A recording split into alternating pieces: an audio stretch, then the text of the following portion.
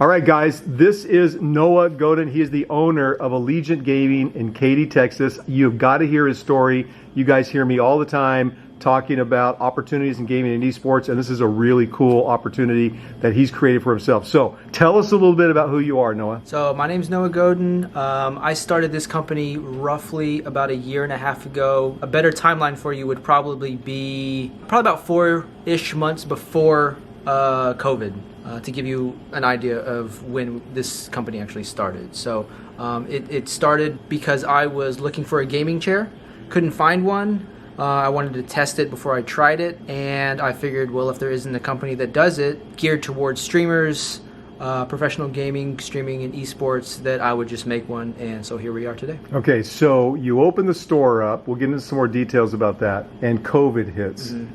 How was that? Definitely a blind side to how the operations were going, and then a quick halt to everything. So it was very, unexpected for everybody, but you just got to. But you made it through. Yeah, got to keep grinding, right? You made it through. So have you always been a gamer? Yes. Your go-to game? Now probably Dark Souls. Dark Souls? Yeah. Okay. Yeah. So have you, when you were younger, you thought about, hey, I want to be in gaming and esports as a career, as an entrepreneur, whatever it is. When did that first start percolating as a possibility of something you could really do? When I had the thought of trying things before I bought them. So like you were talking about before, it's like, I want to try this, I can't go anywhere and try it. That's wrong. Right. So all the equipment that you see in professional streams, even smaller content creator streams, is what we have here. So if you want to test it out and try it before you actually go out and buy it, because most of the stuff is not very cheap.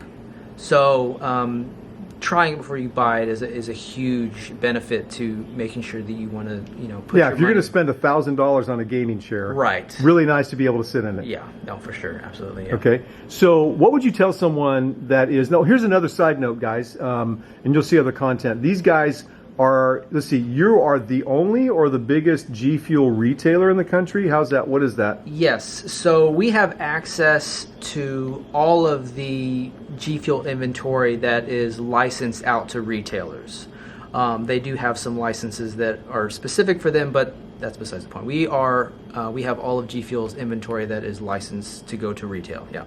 And Veronica in the background says that there are 56 G Fuel flavors and you have access to all of them. Correct, yes. If you want to try some flavors, you're more than welcome to. We have flavors in the back here that you can come and test and try and see if you like it. And if you do like it, well, you can buy it here. So. Okay. So have you ever thought to yourself when you were young, I want to be a pro gamer, or did you just simply say, I would love to be in this industry? Well, it started out with the Sega Genesis. And since I put that controller in my hand, is never put a controller down. Started with that console, went to PC, started building my own computers, and it just snowballed from there to where we're at now. So. Okay, so what recommendations would you have? What's the reality? You've started a business, COVID caught you off guard, right. You successfully navigated COVID. What counsel or insight for someone that says, well, I'd like to do something like that, would you have for them? I would say what went through my head is, this is kind of a tough question, because never have I even had the thought of owning a business. And so you just kind of, it's very cliche to say, but you just kind of feel it and know. So that initial thought of me opening up a store, having products to try before you actually bought them, was just a thought that I had one day and ran with it. And since I'm in this industry already, I had that feeling that it was going to be successful. Because retail is hard in and of itself. But this is a very unique retail. Yes. Okay. So expansion plans in the future, where do you go from here? Hopefully soon. We'd like to get as many stores up as possible. We have a lot of requests for different states, Louisiana, Vegas, California, New York. But as you can probably guess, something starting like this isn't the most cheapest thing to do. So what was your initial, if you're okay answering, because people want to know, what was your initial outlay to start a retail store like this? Funding. So starting out with this, I am not a millionaire. I don't have infinite funds. Starting out, you have to go to the bank, and banks typically don't like new ideas. So one of the biggest things that I ran into was that bringing up a new idea that doesn't have any documentation before you start it. And what I mean by that is like tax information or anything that can support a bank being like... Banks don't like startups. Right, correct. So they don't. So it was a little difficult finding the funding at first. And then going to, there's a funding lift fund. Yeah, so there's like GoFundMe or yeah. a bunch of entrepreneurial kind of startup funding platforms. Yeah, and we were able to get a lot of companies on board beforehand. And what I mean by that is G Fuel, DX Racer, Elgato, Corsair, Steel Series, Nanoleaf, a lot of big brand companies, after talking to them, really liked the idea of wanting to do this, and wanted their products in a retail space without having to go through the loops of the Best Buys and all the big, the Buys box stores that are hard. Right. And so this was really appeasing to them, and having them on board was really helped my case on getting funding for things like that. All right, so total startup outlay was? $250,000. $250,000, which is relatively nothing compared to a lot of businesses starting. Yes. And now you've succeeded. Awesome. Yeah. All right, what else do you have to add?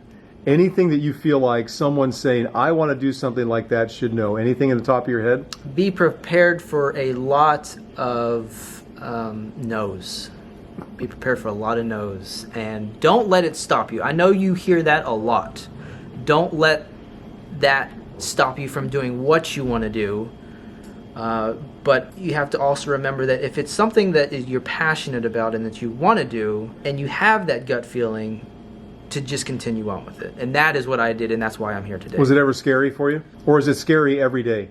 It's scary every day. I've never owned a business before, so this is the absolute first time that I've ever done this before. And so it's a little surreal, because you start out with a space, and then you just the space is yours, and then you kind of fill the space with what you have. And to me, it's just very, I don't know, it doesn't seem like what you're thinking it feels like, is what I'm trying to come as. Yeah. Awesome. All right, guys, you guys need to check. I'll get some. There'll be lots of B-roll in this. You'll see, guys. You need to check these guys out. This is a great idea. I'm having a blast. I've been here way longer than I planned on because it's so much fun. So Noah, thank you. Stay tuned, guys, for a lot of other content, and reach out to these guys. Do it.